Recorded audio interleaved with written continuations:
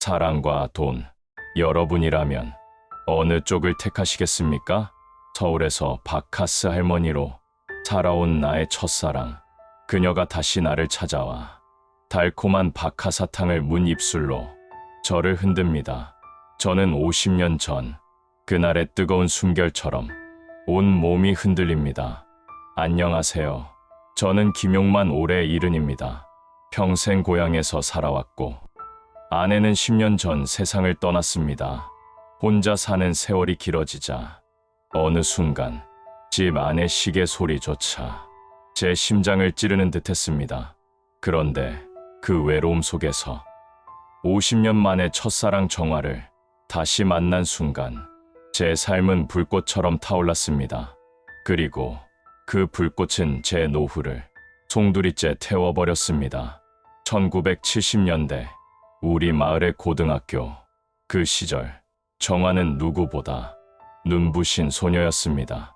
하얀 교복에 단정히 묶은 머리, 그리고 웃을 때 살짝 패이는 보조개. 학교 수업이 끝난 오후에 운동장에서 축구를 하면 항상 정화는 저를 기다려 주었습니다. 그리고 제가 물을 마실 때면 정화가 제 앞에 앉아 단팥빵을 나눠주며 웃었습니다. 그 단팥빵의 달콤함은 그날의 햇살보다 더 따뜻했습니다. 그리고 정화의 주머니에서 꺼낸 것은 박하사탕. 정화는 입 안에 살짝 넣고 있던 사탕을 꺼내더니 장난스레 제 입술 쪽으로 다가왔습니다. 저는 얼굴이 화끈거려 고개를 돌렸지만 그 순간 그녀의 사탕이 제 입술 사이로 들어왔습니다. 입안에 퍼지는 박하향, 그리고 정화의 숨결. 세상 모든 소음이 사라지고 오직 두 사람만 남은 듯했습니다. 고등학교를 졸업한 뒤 우리는 나란히 방직 공장에 취직했습니다. 먼지와 기름 냄새가 섞인 어두운 작업장. 하얀 면사가 공중에 떠다니며 코와 입을 막았고 밤마다 귀에서는 기계 소리가 멈추질 않았습니다. 점심시간 구내식당 뒤편에서 우리는 도시락을 함께 나누어 먹었습니다. 정화가 밥이 모래처럼 씹히질 않는다고 투덜거리면 저는 된장국 한 숟갈을 건네며 웃었습니다.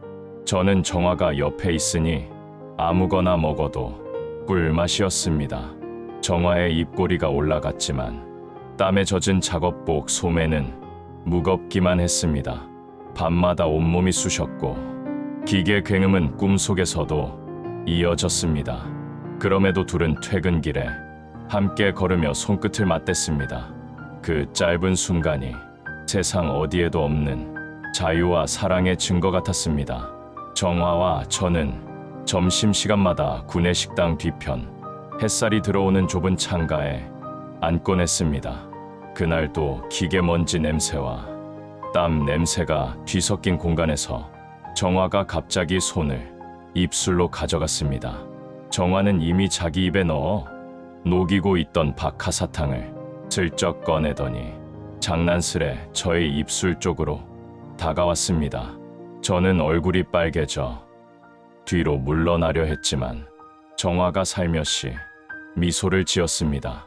순간 그녀의 손끝이 저의 턱을 살짝 받치고 사탕이 두 입술 사이로 조심스럽게 건네졌습니다. 달콤한 박하향이 퍼지는 동시에 우리는 서로의 호흡이 스쳤습니다. 그 짧은 순간 공장의 굉음도 먼지 쌓인 공기도 다 사라지고 저는 오직 정화의 웃음소리와 입안에 남은 박하향만 느꼈습니다. 세상 그 어떤 설탕보다도 그건 더 짜릿했습니다. 어느 날 정화는 공장 사장의 아들과 나란히 서 있었습니다.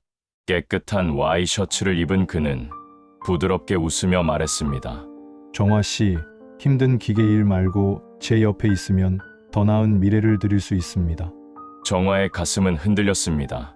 밤마다 가래침 섞인 기침을 참아내야 하는 공장 인생, 희망이 보이지 않는 기계, 굉음 속에서 사장의 아들이 건넨 말은 달콤한 탈출구처럼 들렸습니다.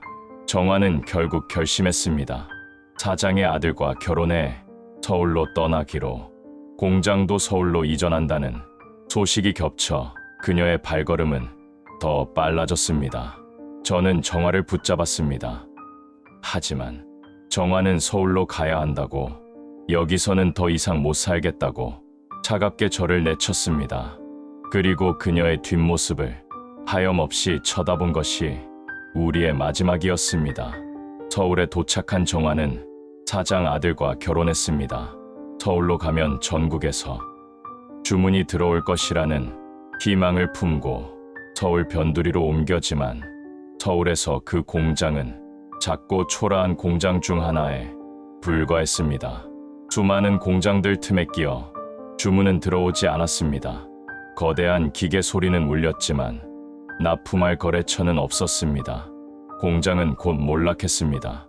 남편은 빚을 지고 쓰러졌고, 결국 정화는 아이도 없이 이혼녀가 되어 서울 한복판에 홀로 남겨졌습니다. 서울은 냉정했습니다. 친척도 기댈 사람도 없는 도시. 그 후 그녀는 서울 한복판에서 홀로 생존해야 했습니다. 정화는 처음엔 허드레실로 버텼습니다. 식당 서빙, 시장 좌판.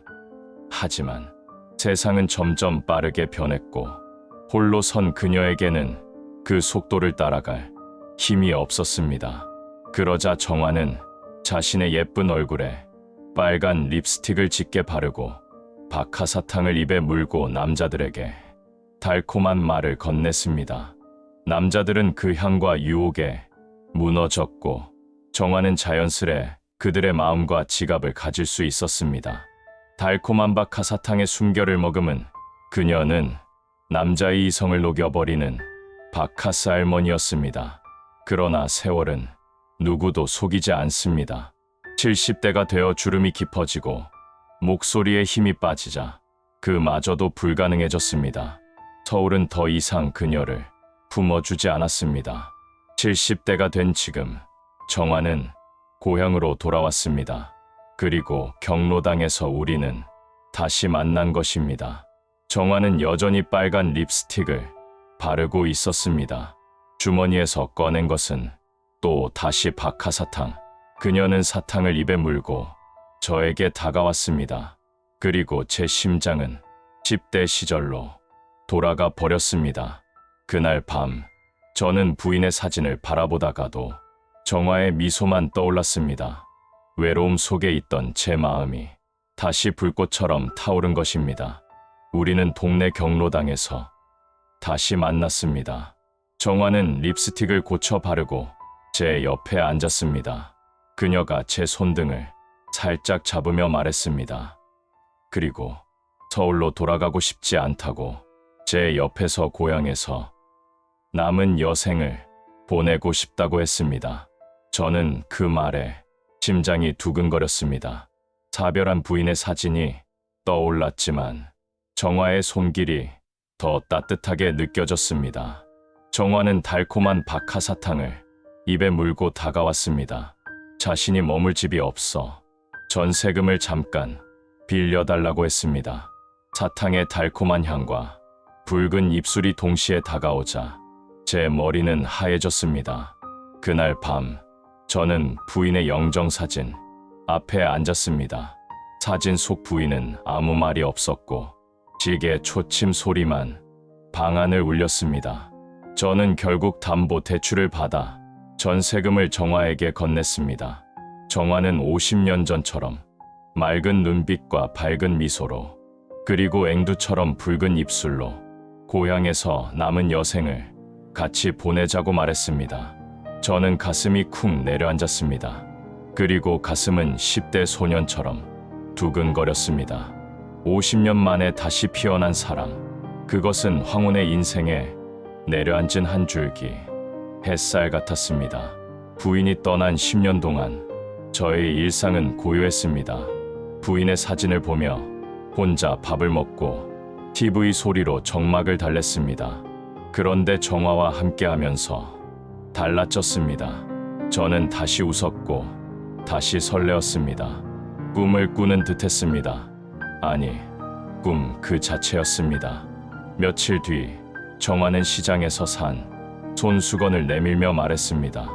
옛날에 제가 운동장에서 뛰던 모습이 떠올라 샀다고 했습니다. 우리의 순수했던 10대 시절로 돌아간 것은 저 혼자만의 착각이 아니었습니다. 정화도 함께 그 시절로 돌아간 것입니다. 정화는 여전히 빨간 립스틱을 짙게 바르고 입안에 녹여둔 박하사탕을 장난스럽게 꺼내 저희 입술 가까이에 가져왔습니다. 그 순간 저는 심장이 터질 듯 뛰었습니다. 정화의 체온, 사탕의 달콤한 향, 밤마다 나누던 김포옹, 모든 것이 저희 늙어버린 일상을 새롭게 채워주었습니다. 정화는 저희 집 부엌에서 된장국을 끓였습니다. 구수한 냄새가 방안을 채웠고 식탁 위에 놓인 두 그릇의 밥이 소박하게 빛났습니다. 식사를 마치고 정화는 저희 손을 덥석 잡았습니다. 조심스럽게 서로를 바라보다가 천천히 그러나 깊게 입술을 포개었습니다. 입술이 닿자 정화의 손끝이 저희 손등을 타고 올라와 가슴으로 닿았습니다. 저는 그 순간 세월이 벗겨지고 청춘의 몸으로 돌아간 듯한 전율을 느꼈습니다. 그날 밤 우리 두 사람은 아무 말도 하지 않은 채 오래도록 서로의 온기를 나누었습니다. 창밖에서는 여름 매미 소리가 울려 퍼졌고 방 안에는 오직 우리 두 사람의 숨결과 심장 소리만이 가득했습니다. 저는 다시 살아나는 것 같았습니다. 저의 몸에 흐르는 뜨거운 피가 아직 식지 않았음을 느꼈습니다. 정화의 품 안에서 저는 남자였고 그녀는 여전히 나의 첫사랑이었습니다. 며칠 뒤 아들은 제가 집을 담보로 대출받았다는 소식을 듣고 달려왔습니다. 아버지, 남한테 돈을 왜 빌려줘요? 그것도 담보 대출 받아서. 내 돈으로 내가 하고 싶은 대로 한 거다. 아들은 고개를 젓고 손으로 머리를 감쌌습니다.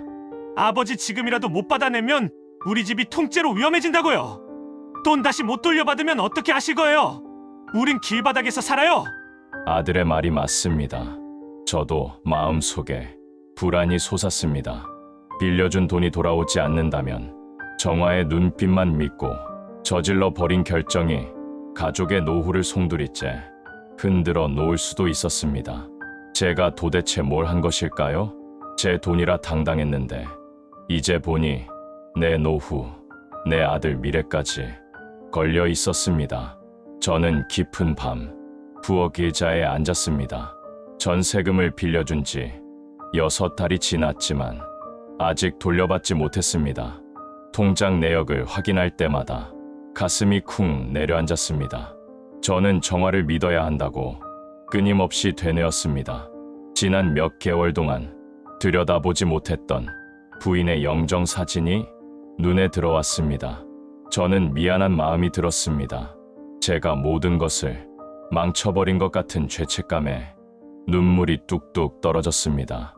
정화의 빨간 립스틱 자국이 남은 컵과 아내의 사진이 대비되며 방 안 공기를 무겁게 짓눌렀습니다. 저는 몇 달 동안 정말 꿈을 꾸는 듯했습니다. 정화와 함께 있으면 늙은 내 모습이 아니라 다시 19살 소년으로 돌아간 듯했지요. 하지만 그 달콤한 나날이 지나고 난 뒤 은행 전화벨 소리에 제 노후가 흔들리기 시작했습니다. 아들은 저를 원망했고 저는 고개를 들 수 없었습니다. 서울에서는 다른 남자들의 돈을 탐낸 정화지만 저에게만은 진심이라는 정화의 말을 믿고 싶습니다. 그리고 여생을 같이 하고 싶다는 정화의 말도 여전히 믿고 싶습니다. 여전히 제 마음 한편에는 정화의 웃음이 남아 있습니다. 그 미소를 외면할 수 없었던 제 마음이 잘못일까요? 아니면 아들의 충고대로 노후는 지켜야 했던 걸까요? 여러분이라면 어떻게 하시겠습니까? 아들의 현실적인 분노 앞에서 첫사랑의 눈빛을 뿌리칠 수 있으시겠습니까? 저는 아직 답을 찾지 못했습니다. 혹시 이 사연을 들으신 여러분이 저에게 답을 주실 수 있나요?